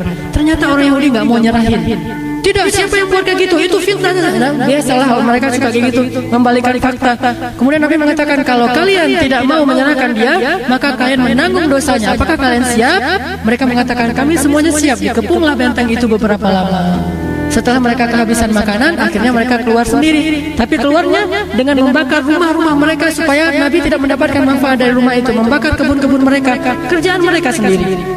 Lalu perempuan mereka diusir sampai ke Khaybar, orang tuanya dikeluarkan dari Madinah, tinggallah laki-laki yang muda dan mereka semuanya dipancung oleh kaum muslimin. Itulah kisah berdarah yang paling besar dalam sejarah Islam, yang orang orientalis, orang non-muslim melihatnya dari sudut pandang yang sempit, tidak melihat alasan kenapa itu terjadi, apa kilas balik ceritanya, hanya melihat adegan itu seolah-olah semacam pembantaian. Itu bukan pembantaian, itu kewajiban atas mereka karena mereka telah menumpahkan darah yang suci dan bahkan menghina seorang perempuan yang terhormat. Intinya, Nabi nggak buru-buru mengangkat tangannya mendoakan kecelakaan bagi mereka, kecuali setelah alasan-alasan yang cukup pantas sehingga Nabi mendoakan itu. Ini obsesi Rasulullah Sallallahu Alaihi Wasallam. Kita lihat lagi nanti obsesi para sahabat, himmah yang sangat tinggi, yang luar biasa. Di antaranya kalau kita baca itu ada dalam kisah, misalnya Khadijah, seorang istri yang solehah membantu Nabi dalam dakwah beliau. Khadijah itu terkenal orang yang paling kaya raya, tapi habis hartanya, bangkrut kalau kita sebut, sampai bangkrut. Gimana bangkrutnya? Udah nggak punya apa-apa lagi. Bahkan pakaiannya juga habis, sehingga Khadijah meninggal hanya menyisakan warisan satu pakaian yang sudah bertambal 13 kepada Fatimah. Gaun yang udah 13 kali tambalan, itulah satu-satunya warisan Khadijah untuk Fatimah, yang dipakai oleh Fatimah untuk pakaian pernikahan Fatimah. Bayangin pernikahan anak Nabi yang soleha, cantik, mulia, gaunnya pakaian dengan 13 tambalan. Dan itu warisan siapa? Warisan ibunya. Apakah ibunya fakir? Ibunya satu perempuan yang paling kaya di kota Makkah. Dan kayanya orang Makkah itu benar-benar kaya. Bukan kaya dengan, kalau kita kan kayanya kaya kredit, kalau mereka kayanya tuh cash gitu. Jadi nggak ada utang gitu, benar-benar kaya. Kalau kita punya mobil, punya rumah, semuanya statusnya masih cicilan. Kalau mereka benar-benar kaya nih, Khadijah, tapi habis semuanya demi dakwah. Jadi wahai ibu, wahai nisaul muslimin, ketika suami-suami atau calon-calon suaminya berdakwah di jalan Allah, masuk dalam gerakan-gerakan dakwah anak muda, mungkin berkurang sedikit hak kalian karena aktivitas mereka yang padat, maka relakanlah itu, belajarlah dari Khadijah. Itulah himmah yang aliyah. Mungkin jatah waktu kalian berkurang, suami jadi pulang telat gara-gara ngapain? Di Alatif ada rapat. Kok rapat melulu? Karena ini lagi membangun dakwah dari nol, berat, sehingga hampir setiap malam rapat. Pulangnya jam 12 malam terus, jam 11 malam terus. Bersabarlah, karena itu bagian dari perjuangan. Dan disitulah nanti kelihatan siapa yang himmah aliyah, siapa yang orang yang himmahnya rendah. Begitu juga dengan kisah Rasulullah dalam suatu ketika beliau sedang menggembala ternak-ternak milik Khadijah. Ini masih kaya ya, gimana nggak jatuh miskin kayak gini cara Nabi berdakwah. Khadijah punya ribuan ekor ternak, memenuhi lembah. Lembah itu kan gede kan? Itu penuh dengan ternak. Tiba-tiba Nabi lagi menggembalai ternak beliau, datanglah seorang laki-laki Badui berkata, "Ya Muhammad, banyak sekali ternak-ternak engkau." Ini bahasa sirahnya Medan. Jadi banyak sekali ternak-ternak engkau. Kata Rasulullah, "Kamu mau? Bagaimana caranya?" Gampang caranya. Katakan saja, "Asyhadu an la ilaha illallah, asyhadu anna Muhammadar Rasulullah." Masuk Islam, aku berikan semua ternak-ternak ini kepadamu. Satu lembah. Coba. Kayaknya pengennya hidup di zaman Rasul ya. Dapat hidayahnya lewat Rasul. Dapat ternak satu lembah. Bayangin satu ekor ternak. Berapa satu ekor domba? Katakan paling murah 2 juta. Satu lembah domba kira-kira berapa? 2 juta kali satu lembah. miliaran sekali ngasih tuh. Kenapa beliau bisa merelakan ternak sebanyak itu dengan hanya 2 kalimat syahadatain? Karena himmah aliyah bagi beliau, syahadatain itu jauh lebih mahal daripada ternak satu lembah. Ini namanya himmah yang luar biasa. Sehingga laki-laki itu dengan senang hati ikhlas banget tuh ngucapin syahadatannya tuh. Asyhadu Allah, khusyuk banget tuh. Setelah itu diberikan ternak satu lembah, dia pulang ke kaumnya, dia bilang, wahai kaumku, masuk Islamlah kalian. Sesungguhnya Muhammad memberikan sesuatu yang tanpa rasa takut untuk kehabisan hartanya. Akhirnya kaumnya masuk Islam dan datang kepada Nabi berbondong-bondong, habis harta Nabi. Tidak ada orang yang datang ke rumah Nabi meminta sesuatu kecuali Nabi memberikannya. Dan ini hanya fikih untuk Nabi saja. Kita nggak boleh seperti itu. Ada aturannya di dalam surat Al-Furqan. Kalau mau memberikan maksimal sepertiga aja mikir. Jadi nggak usah protes ayatnya, kok gitu sih Ustaz, ayatnya kayak gitu banget, Nabi aja boleh banyak-banyak, kita nggak usah sok ini dah, biasa aja lah. Suruh kasih sepertiga aja masih mikir, ini suruh pengennya semua seperti Abu Bakar. Kalau ceritanya tuh Abu Bakar ngasih semua hartanya. Abu Bakar itu bukan fikih, itu inisiatif sendiri karena himmahnya tinggi. Dan apa yang dilakukan Abu Bakar nggak boleh jadi standar fikih, itu hanya jadi penyemangat bagi yang mau seperti itu. Sedangkan fikih idealnya pertengahan, maksimal sepertiga. Jangan yang menunjukkan kalian fikir, tapi jangan juga menunjukkan kalian boros sehingga kalian akan merugi dan menjadi lemah. Himmahnya Rasulullah dan Khadijah. Ada lagi himmah yang lain tentang akhirat, menjadi istri seorang nabi, menjadi istri seorang ulama, menjadi istri seorang ustadz. Ternyata itu luar biasa. Kenapa? Karena menginginkan akhirat yang bahagia. Salah satunya adalah cerita Saudah. Terkenal istri Nabi yang paling tua, bisa disebut nenek-nenek di antara istri Nabi. Kalau yang lain gadis-gadis, ini nenek-nenek. Istri Nabi dari perempuan yang paling tua, dan kalau nggak salah Saudah ini adalah istri Nabi pertama sejak Khadijah wafat. Kenapa jadi istri Nabi? Karena Nabi punya anak, tidak ada yang ngurus, dan Saudah kasihan dan ingin mengurus anak-anak Nabi. Anaknya juga banyak. Lalu suatu saat Nabi merasa nggak tega dengan Saudah, namanya nenek-nenek. Nabi ketika jatah malamnya Saudah tidak mampu memberikan haknya Saudah. Ada yang mampu? Kan susah kan? Malamnya Saudah terus disuruh untuk memberikan haknya Saudah, haknya lahir, nafkah lahirnya Saudah. Coba gimana? Sehingga Nabi nggak bisa membahagiakan Saudah, memberikan nafkah Saudah, tapi juga kalau misalnya kayak gini terus, beliau zalim kepada Saudah, memberikan juga nggak bisa. Terus gimana? Akhirnya Nabi datang kepada Saudah, ya Saudah, maafkan saya tidak bisa memberikan hakmu. Tapi kalau kayak gini-gini terus saya zalim, lebih baik kita bercerai saja. Nabi ingin menceraikan Saudah dengan cara yang baik, bukan karena beliau menghina Saudah, justru karena beliau nggak tega dengan menzalimi Saudah terus-menerus karena nggak bisa memberikan haknya. Akhirnya Saudah mengatakan, ya Rasulullah, jangan ceraikan saya. Tetaplah saya tetap menjadi istrimu, tetapi jatah malam saya kasih kepada Aisyah. Saudah tahu betul Aisyah ini yang paling menggairahkan bagi Rasulullah dan paling cantik, sehingga kasihlah ke Aisyah. Dinafkahkan, diwakafkan harinya Saudah untuk Aisyah. Itulah sebabnya Aisyah sangat dekat dengan Saudah. Kalau nggak mungkin, sebab gengnya Nabi itu beda, geng tua dan geng muda. Gimana ceritanya geng muda dekat dengan geng tua? Kecuali karena Saudah memberikan jatah malamnya kepada Aisyah, sehingga Aisyah dengan Saudah ini dekat banget. Kenapa Saudah mau tetap jadi istri Nabi walaupun tidak diberikan haknya? Kata Saudah, aku ingin dibangkitkan di hari kiamat berstatus sebagai istri Nabi. Ini namanya himmah aliyah. Jadi nggak masalah misalnya suami kita nggak memberikan kita nafkah yang cukup atau apapun. Yang penting kita pengen dengan suami itu kita dapat surga karena suami kita belum soleh misalnya. Tapi dengan kita bersabar atas ketidaksolehan suami kita dapat surga. Itu himmah yang aliyah. Dan itulah cerita tentang Asiyah istrinya Firaun. Justru gara-gara suaminya Firaun, Asiyah ini jadi perempuan yang sangat mulia. Coba kalau suaminya Musa, pasti nggak terkenal kan? Coba siapa nama istri Nabi Musa? Ada yang tahu? Siapa? Ada hadisnya? Tidak ada hadis tentang istri Nabi Musa. Kalaupun ada, itu asatir, itu cerita-cerita, itu namanya Israiliyat, berita dari orang Yahudi. Kita tidak mendustakan dan kita tidak percaya. Allahu a'lam. Tapi tidak ada berita dengan hadis yang sahih siapa nama istri Nabi Musa. Kenapa nggak terkenal? Karena suaminya adalah Musa. Kenapa Asiyah terkenal? Karena suaminya adalah Fir'aun. dengan suami yang seperti Firaun, akhirnya himmahnya menjadi tinggi dengan kesabarannya. Allah muliakan dia. Makanya tidak selalu punya pasangan yang tidak ideal itu berarti saya hidupnya nggak bahagia. Bisa jadi itulah jembatan kita untuk bisa melintasi sirat Allah sampai ke surga.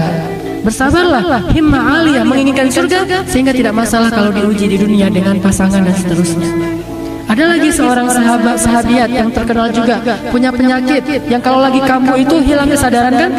Mirip dengan kanker. Kalau lagi kambuh gigit lidah sampai berdarah itu nggak terasa, saking sakitnya. Sakit kanker itu luar biasa. Datang kepada Rasulullah, ya Rasulullah, udah puluhan tahun saya sakit, doakan supaya saya sembuh. Rasulullah bilang, kalau saya berdoa, insya Allah Allah akan menyembuhkan. Tapi maukah saya tawarkan yang lebih baik dari sembuh? Kata dia, apa yang lebih baik dari sembuh ya Rasulullah? Kalau kamu bersabar, maka Allah akan meninggikan derajatmu setiap kali kamu kambuh, dan Allah menjamin bagimu surga. Coba, sok pilih mana? Sembuh atau surga? Kalau kita mah, himmah kita agak-agak unik tuh, sembuh dan surga ya Rasul. Kadang hidup nggak seperti itu, harus memilih antara sembuh atau surga. Kalau bahasa sekarang, ke dokter nggak sembuh, udah habis uang sekian miliar, kemudian terapi udah sekian tahun nggak sembuh, cenah. Ada seorang orang pintar, dukun yang datang ke sana itu rata-rata sembuh. Operasinya itu dibedah, bedahnya itu kita ngelihat usus kita diobok-obok, diambil penyakitnya, tapi kita nggak ngerasain sakit. Terus diusap lagi, kemudian tiba-tiba kita jadi sembuh. Dan kita nggak tahu apa yang dia baca, karena yang baca yang jelas itu cuma Bismillahirrahmanirrahim, terus yang nggak jelasnya panjang. Bisa jadi yang nggak jelas itu nama-nama syaitan semuanya disebutin. Tapi diawali dengan Bismillah, dan hal ini biasa terjadi dalam sihir. Nah, di situ kita disuruh pilih antara sembuh dengan cara datang ke dukun, caranya sihir dan itu dosa besar, syirik, atau tidak sembuh tapi Allah berikan surga. Perempuan ini tanpa ragu mengatakan, ya Rasulullah, kalau gitu saya memilih untuk tetap dapat surga, tidak didoakan sembuh. Ini namanya himmah aliyah. Bagi mereka akhirat itu segalanya, obsesi hidup mereka. Dari situ akhirnya kita bisa melihat amal-amal yang luar biasa. Atau nanti kita juga bisa melihat tentang kisah seorang sahabat namanya Rabi'ah bin Ka'ab al-Aslami. Laki-laki walaupun ujungnya pakai jadi nggak semua itu perempuan. Rabi'ah, solehah, muslimah, soimah itu perempuan. Rabi'ah itu laki-laki. Terus ada juga yang namanya ujungnya itu pembantunya Khadijah, siapa? Maisarah itu di Indonesia perempuan kan? Neng, namanya siapa? Maisarah bang, gitu kan ya? Maisarah itu di Arab itu laki-laki. Di Indonesia aja perempuan Maisarah. Jadi pembantunya. Makanya kita karena nggak tahu kultur Arab, membaca sirah jadi salah paham. Kok Nabi jauh-jauh ke luar kota pakai dengan seorang perempuan namanya Maisarah? Dia bukan perempuan, dia laki-laki. Nabi kok romantis banget dengan Maisarah, sampai Maisarah menyediakan tempat tidur Nabi, Maisarah menghidangkan makanan untuk Nabi sepanjang jalan ke Syam. Kok gitu banget sih? Padahal Nabi itu seorang jomblo, anak muda, terus dekat sama Maisarah, perempuan yang masih jomblowati misalnya. Padahal dia juga jombloan. Maisarah dan Nabi sama-sama laki-laki dan itu pembantu. Karena kita nggak ngerti kultur sejarah sirah Rasulullah. Oke, namanya Rabi'ah bin Ka'ab al-Aslami.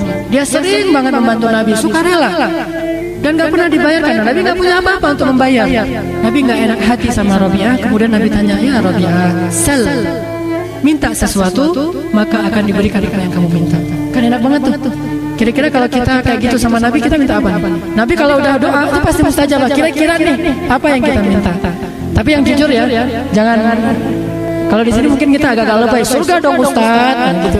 Di sini kalau jujur benar-benar ada Nabi di depan kita. Sal, kata Nabi, minta, kamu minta apa? Boleh nggak kalau hamar Nabi? Hamar? Ya udah, ya Allah hamar, langsung datang tuh hamar.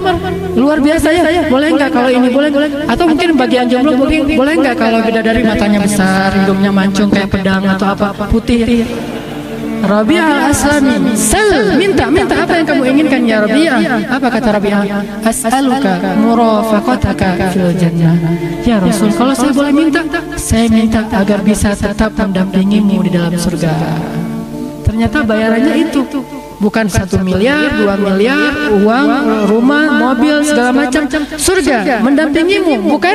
Ya Rasul, jadikan saya raja di surga. Enggak, mendampingimu di surga, jadi pembantu lagi di surga. Coba luar biasa ya. Di surga aja pengen jadi pembantu Nabi itu, coba gimana? Saking cintanya kepada Rasul, pengen di surga itu berkhidmat untuk Rasul. Ini tulus banget nih. Sehingga kata Nabi, maka fa'ainuni ala dzalika bikasratis sujud. Bantu saya mewujudkan itu dengan memperbanyak sujud, artinya banyak salat-salat sunnah. Intinya aliyah sekali. Ada lagi cerita yang dulu banget sebelum kita ramai kayak gini nih, mungkin bisa saya share lagi biar kita yang belum dengar mendengar. Cerita seorang laki-laki namanya Abu Dahdah. Dulu pernah cerita kan? Nabi pernah didatangi anak yatim, curhat ke Nabi, ya Rasulullah, rumah kami peninggalan ayah kami itu kecil dan kebetulan berdampingan dengan satu pohon kurma milik Abu Lubabah. Pohon kurma itu agak miring dan rindang dan banyak buahnya. Kalau udah lagi matang jatuh ke dalam rumah kami, ya Rasul. Lalu kami memakannya, kami anggap bahwa itu hak kami. Datanglah Abu Lubabah. Ketika Abu Lubabah datang ngelihat kami sedang makan kurmanya, diambil dari mulut kami, ya Rasulullah. Sedihnya hati kami, ya Rasulullah. Kemudian Rasulullah memanggil Abu Lubabah, ya Abu Lubabah, maukah engkau seandainya engkau menyedekahkan pohon kurma itu, mewakafkan kepada anak yatim, lalu Allah menggantinya untukmu pohon kurma di surga yang panjangnya dahannya 100 tahun engkau berjalan belum keluar dari naungannya. Saking gedenya pohon kurma dan begitu suburnya, 100 tahun berjalan di bawahnya itu belum keluar dari naungannya. Maukah engkau ya Abu Dahdah, Abu Lubabah? Kata Abu Lubabah, tidak ya Rasul. Ditawarin surga tidak, dia tetap mau dengan pohon kurmanya yang cuma satu pohon. Tidak ya Rasulullah. Apakah Rasulullah maksa? Enggak. Oh ya sudah kalau gitu, bersabarlah kalian wahai anak yatim. Akhirnya Abu Lubabah pulang. Ternyata hadis tadi terdengar oleh seorang sahabat di samping Nabi namanya Abu Dahdah, orang kaya. Ketika Abu Lubabah sudah pulang, Abu Dahdah bilang ke Rasul, ya Rasulullah, kalau saya yang kayak Abu Lubabah tadi, bisa nggak saya dapatin pohon kurma di surga ya Rasulullah kalau saya menggantikan Abu Lubabah? Kata Rasulullah, kenapa tidak ya Abu Dahdah? Ya Rasulullah sebentar. Langsung dia pergi lari kejar Abu Lubabah. Ya Abu Lubabah, ya Abu Lubabah. Abu Lubabah bertanya, ada apa ya Abu Dahdah? Kata Abu Dahdah, ya Abu Lubabah, apakah engkau tahu kebun kurma milik saya? Kata Abu Lubabah, siapa yang tidak tahu kebun kurma milik Abu Dahdah yang di dalamnya ada 600 pohon kurma yang sangat subur. Satu pohon kurma itu kalau lagi panen itu bisa berpuluh-puluh kilo, banyak sekali. Dan 1 kilo, bayangin kurma ajwa, 1 kilo 200 real, hampir 1 juta. Satu batang itu bisa menghasilkan 10 juta, satu batang 600 batang sekali panen. Makanya orang Madinah itu kayaknya bukan dengan minyak. Kalau orang Riyadh dengan minyak, orang Makkah dengan air dan keberkahannya, orang Madinah dengan kurmanya. Negeri dengan kurma terbesar di seluruh dunia dari dulu sampai sekarang. Sehingga satu orang yang punya kebun kurma itu kaya raya. Abu Dahdah punya kebun kurma yang di dalamnya ada 600 pohon kurma yang subur, kualitas terbaik di Madinah. Ada mata air sendiri, nggak perlu irigasi, dia punya mata air sendiri dan ada villanya lagi tuh, luas sekali. Ya Abu Lubabah, tahukah kamu kebun kurma milik saya? Kata Abu Dahdah. Kata Abu Lubabah, siapa yang nggak tahu? Emangnya kenapa? Mau nggak tukaran? Tukaran kalau bahasa Jawa berantem ya, apa? Barter. Tukar guling. Mau nggak tukar barter? Kamu serahkan kebun pohon kurma kamu yang satu di samping rumah anak yatim ke saya kasih kebun kurma saya kepada kamu. Coba cius kan gitu kan? Nggak masuk akal ini. Satu pohon kurma ditukar dengan 600 pohon kurma. Kamu sungguh-sungguh ya Abu Dahdah? Saya sungguh-sungguh. Kamu mau? Kata dia, siapa yang nggak mau? Saya mau banget. Ya sudah, deal. Udah langsung deal. Akhirnya Abu Dahdah kembali kepada Rasulullah. Ya Rasulullah, saya sudah tukar pohon kurma itu dengan kebun saya 600 pohon kurma. Dan mulai sekarang saya wakafkan pohon kurma itu untuk anak yatim. Mereka boleh makan sesuka mereka. Rasulullah tersenyum. Betapa beruntungnya Abu Dahdah, betapa beruntungnya Abu Dahdah. Allah telah menggantikan untuknya kebun di dalam surga yang 100 tahun kita mengelilinginya belum keluar dari kebun itu. Saking luasnya kebun Abu Dahdah. Sehingga Abu Dahdah sangat bahagia, senang banget ketika dapat berita itu dari Rasulullah. Dia pulang dengan, kalau bahasa sekarang mungkin pulang sambil bersiul gitu, bahagia gitu kan ya. Kalau dibayangin kan, kalau dulu kan nggak ada siulan, jadi pulang aja pokoknya bahagia banget. Udah gitu sampai di kebunnya dia lihat anaknya dengan istrinya lagi metik-metik buah kurma. Kata Abu Dahdah, wah istriku, wahai anakku, jangan lagi petik buah kurma itu, bukan lagi milik kita. Kenapa ya Abu Dahdah? Saya sudah menjualnya. Kepada siapa? Kepada Abu Lubabah. Berapa engkau jual ya Rasulullah, ya Abu Dahdah? Untungnya besar sekali, Allah yang akan membayarnya. Allah membayarnya dengan surga ya istriku. Akhirnya apa kata istrinya? Robahta ya Abu Dahdah. Itu baru namanya untung ya Abu Dahdah. Lihat, itu baru namanya untung ya Abu Dahdah. Berbahagialah laki-laki yang punya istri seperti ini. Mas kok pejalan kaki pulangnya? Mana mobilnya? Udah saya sedekahkan fisabilillah. Wah, suami saya emang hebat ya. Ada nggak cewek kayak gitu? Insya Allah ya, adalah insya Allah. Hasil tarbiyah di Masjid Al-Latif insya Allah jadi kayak gitu. Mudah-mudahan kita dianugerahi oleh Allah himmah yang tinggi, menjadi pemuda yang memiliki karya-karya besar dalam hidup kita yang cuma sekali, sehingga bukan hanya nama kita dikenang di dunia dan itu nggak penting, tetapi yang lebih penting lagi adalah nama kita dibanggakan oleh Allah di arasnya dan ditulis di spanduk-spanduk surga. Namanya lauhah. Kalau kita nyebutnya lauhul mahfuz, selain lauhul mahfuz itu nanti ada alwahul jannah, spanduk-spanduk surga. Di spanduk itu Allah menulis nama-nama ahli surga yang masih ada di dunia. Siapa tahu nama kita ditulis di situ.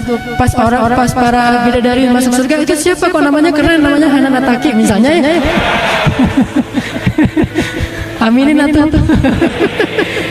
Bareng-bareng lah nama-nama kita. Siapa tuh? Dari mana dia tuh? Masjid Al-Latif. Siapa namanya? Fulan bin Fulan. Nama yang ada di KTP kita. Kalau kita nggak senang dengan nama di KTP, nama yang kita senang pakai, nama pena kita, nama band kita, nama apa kita, pokoknya nama. Selama nama itu nggak jelek. Kalau namanya agak-agak negatif, nggak boleh. Misalnya namanya ada hal-hal yang berbau porno, misalnya nggak boleh. Makanya alhamdulillah Ayah Doni ganti namanya jadi Ayah Doni lagi kan? Kalau Dempak nggak bisa dipanggil tuh di surga. Siapa itu Dempak? Apa itu? Nggak boleh panggil Dempak di dalam surga kan bahasanya nggak ini. Alhamdulillah beliau ganti lagi Abu apa misalnya, luar biasa kan? Atau Keepers of Din misalnya. Ini luar biasa. Ini artinya mudah-mudahan kita menjadi orang-orang yang dibanggakan oleh Allah walaupun manusia tidak mengenalnya dan itu tidak mengapa. Mari kita tutup dengan sama-sama berdoa. Terutama yang berhubungan dengan tema kita sekarang, yaitu himmah aliyah, sehingga Allah Subhanahu wa taala menjadikan ilmu kita malam ini ilmu yang bermanfaat. A'udzu billahi minasy syaithanir rajim. Bismillahirrahmanirrahim. Alhamdulillahi rabbil alamin. حمدا يوافي نعمه ويكافئ مزيده يا ربنا لك الحمد كما ينبغي لجلال وجهك الكريم وعظيم سلطانك اللهم صل وسلم وبارك على سيدنا محمد وعلى آله وأصحابه أجمعين اللهم اغفر لنا ذنوبنا وإسرافنا في أمرنا اللهم اغفر لنا ذنوبنا اللهم لا تؤاخذنا إن نسينا أو أخطأنا ربنا ولا تحمل علينا إصرا كما حملته على الذين من قبلنا ربنا ولا تحملنا ما لا طاقة لنا به واعف عنا يا عفو واعف عنا يا كريم واعف عنا يا رحمن واعف عنا يا رب العالمين اللهم إنا نسألك علما نافعا علما نافعا علما نافعا اللهم إنا نسألك قلبا خاشعا ورزقا طيبا وعملا متقبلا اللهم لا تزغ قلوبنا ربنا لا تزغ قلوبنا بعد إذ هديتنا ربنا ثبت قلوبنا على دينك صرف قلوبنا إلى طاعتك اللهم إنا نسألك همة عالية اللهم ارزقنا همة عالية كما رزقتها لنبيك محمد كما رزقتها لأصحاب نبيك رضي الله عنهم أجمعين اللهم إنا نسألك رضاك والجنة ونعوذ بك من سخطك والنار اللهم اغفر لأمهاتنا ولآبائنا اللهم اغفر لوالدينا وارحمهما كما ربيانا صغارا اللهم اغفر لأساتذتنا ولأمرائنا ولعلمائنا ولإخواننا ولأخواتنا ولمجاهدينا يا الله يا الله يا الله أجب دعاءنا يا مجيب السائلين. Ya Allah, segala puji bagimu ya Allah. Kami bersyukur kepada Engkau, meskipun syukur kami masih jauh dari yang Engkau harapkan. Dengan keterbatasan kami bersyukur kepada Engkau atas limpahan nikmat yang Engkau berikan kepada kami. Meskipun seringkali kami berkhianat kepada Engkau, tapi Engkau tidak pernah bosan untuk memberikan kepada kami nikmat dan rahmat-Mu ya Allah. Kami bersyukur atas nikmat iman, kami bersyukur atas nikmat Islam, kami bersyukur atas nikmat ukhuwah, kami bersyukur atas nikmat taubah, kami bersyukur atas nikmat hijrah, kami bersyukur atas nikmat hidayah, kami bersyukur atas nikmat mudah-mudahan Engkau istiqomahkan, kami bersyukur atas nikmat majlis ilmu yang Engkau muliakan ini ya Allah. Ya Allah, segala puji bagimu. Kamilah hamba-Mu, kamilah sebetulnya kami adalah makhluk yang mati, Engkaulah yang menghidupkan kami. Kami fakir, Engkaulah yang mencukupkan segala kebutuhan kami. Kami lemah, Engkaulah yang menguatkan kami. Kami bingung, Engkaulah yang memberi kami petunjuk ya Allah. Segala puji bagimu ya Allah. Subhanaka ya Rabbana, Subhanaka ya Allah, Subhanallahil azim wa bihamdik. Ya Allah, ampunkanlah dosa kami ya Allah. Ampunkanlah dosa kedua orang tua kami ya Allah. Maafkan kesalahan ibu kami ya Allah. Kalau dia pernah berbuat kesalahan, itu pasti karena dia tidak mengerti ya Allah. Itu pasti karena dia belum mendapatkan ilmu sebagaimana yang kami dapatkan ya Allah. Hidup mereka jauh lebih susah daripada hidup kami. Perjuangan mereka itu besar untuk kami, sehingga karena kesusahan dan perjuangan itu, sampai-sampai mereka tidak sempat memikirkan tentang diri mereka sendiri ya Allah. Hampir mereka tidak pernah hadir dalam majelis ilmu karena hanya memikirkan bagaimana menafkahi kami ya Allah. Hampir mereka tidak sempat untuk memperbaiki ibadah mereka karena mereka sibuk memikirkan bagaimana menyekolahkan kami ya Allah. Maafkanlah ibu dan ayah kami ya Allah. Kesalahan mereka pasti karena perjuangan mereka untuk kami. Maafkanlah mereka ya Allah. Jika kami sekarang menjadi lebih baik dari mereka, sesungguhnya kebaikan kami ini adalah buah dari perjuangan dan pengorbanan mereka ya Allah. Seandainya mereka telah wafat dan telah terputus hubungan mereka dengan dunia kecuali hubungan mereka dengan kami anak yang soleh, terimalah sedikit kesolehan kami ya Allah untuk menjadi wasilah agar doa-doa kami sampai kepada mereka di dalam kubur-kubur mereka ya Allah. Sungguh kami tidak bisa membalas budi mereka kecuali hanya dengan doa-doa yang sebentar ini, doa-doa yang sedikit ini, doa-doa yang sederhana ini ya Allah. Ya Allah, jadikanlah orang tua kami yang telah wafat, Engkau berikan mereka nikmat kubur. Lapangkanlah kubur mereka sejauh mata memandang. Jadikanlah kubur mereka taman-taman surga. Jangan Engkau jadikan kubur orang tua kami menjadi lubang-lubang neraka ya Allah. Ya Allah, ampunkanlah kesalahan mereka di dunia, rahmatilah mereka di akhirat, dan kumpulkanlah kami kembali bersama mereka di dalam surga-Mu ya Allah. Kami rindu kepada orang tua kami yang telah meninggal dunia. Kami rindu kepada ibu kami rindu kepada ayah kami rindu kepada saudara kami yang telah meninggal dunia. Dan pasti tidak akan mungkin kami bertemu dengan mereka nanti di akhirat kecuali dalam rahmat-Mu ya Allah. Pertemukanlah kami dengan mereka dalam hidangan surga-Mu yang nikmat ya Allah. Ketika semua kami mendapatkan kebaikan dari-Mu, tidak ada lagi kepenatan dunia. Semua jerih payah mereka di dunia telah Engkau balas dengan kebaikan nanti di akhirat ya Allah. Ya Allah, seandainya orang tua kami masih hidup, tetapkanlah hati mereka dalam hidayah. Jadikanlah kami asbab hidayah bagi orang tua kami. Jangan Engkau jadikan orang tua kami menjauh dari kebenaran justru karena melihat akhlak kami yang tidak baik. Janganlah Engkau membuat kaum muslimin ini menjadi fitnah bagi orang kafir. Janganlah Engkau jadikan orang kafir itu anti terhadap Islam justru karena melihat akhlak kami yang belum baik dan belum sempurna ya Allah. Maafkanlah kami ya Allah. Islam ini tercela bukan karena Islamnya tercela, tetapi karena kami kaum muslimin yang tidak bisa menunjukkan kemuliaan Islam. Ya Allah, jadikanlah orang tua kami orang-orang yang Engkau cintai.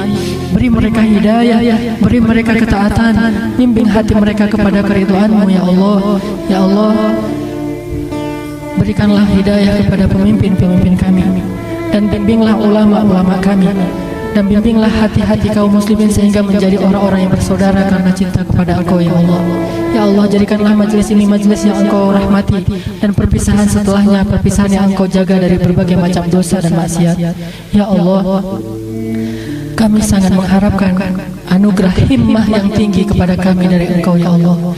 Berikanlah dalam hati kami ini himmah obsesi terhadap akhirat, obsesi mencari ridhamu, obsesi mencari ampunanmu, obsesi seperti obsesinya Rasulullah menyebarkan hidayah kepada manusia. Jadikanlah itu sebagai obsesi hidup kami, sehingga kehidupan kami yang cuma sebentar dan cuma sekali ini bermanfaat bagi banyak orang ya Allah.